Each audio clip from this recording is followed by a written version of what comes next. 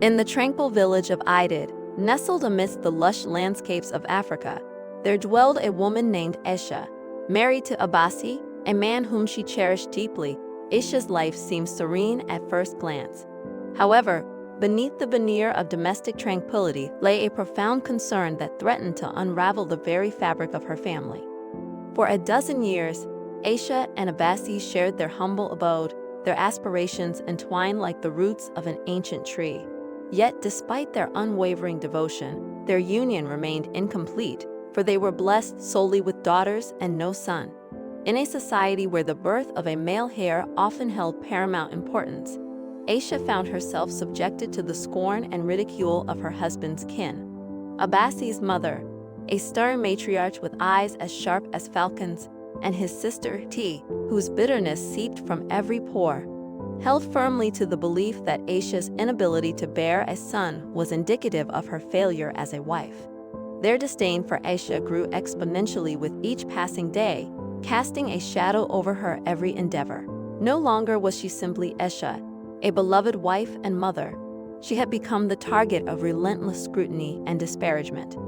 D, in particular, nursed a deep-seated animosity towards Aisha, born from the ashes of her own failed marriage and subsequent return to her father's house.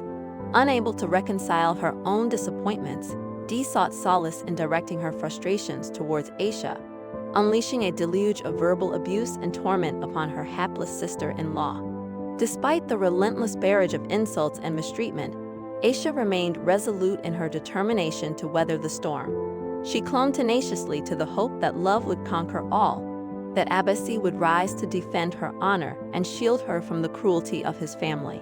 Yet, as the days turned into weeks and the weeks into months, Abasi remained a passive observer, his silence serving as tacit approval of his family's behavior.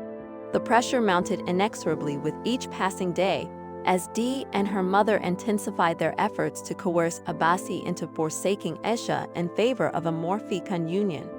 Their words, dripping with venom and malice, reverberated through the corridors of their domicile, poisoning the very air Aisha breathed. Desperate for respite, Aisha sought solace in the love of her daughters, 5 radiant souls who illuminated the darkest recesses of her heart. Yet, even they were not spared from the malevolence of their aunt, who took perverse pleasure in taunting them with epithets and denigrating their existence. With each passing day, Aisha felt the weight of her burden grow more burdensome, the walls of her existence closing in around her. She yearned for escape, for reprieve from the ceaseless torment that had become her reality. Yet, in her darkest hours, she found solace in the indomitable resilience of her spirit, a flickering flame of hope that refused to be extinguished. As the days gave way to months and the months to years, Aisha's resolve was tested time and again. Yet, through it all, she remained steadfast in her conviction that love would prevail, that the bonds of family would triumph over adversity. And triumph they did, in ways Aisha could never have foreseen. For it was not in the birth of a son or the validation of her worth that Aisha found redemption, but in the love and devotion of her daughters, who blossomed into beacons of light in a world shrouded in darkness. In the end, Aisha's tale stands as a testament to the power of love, resilience, and the unconquerable human spirit.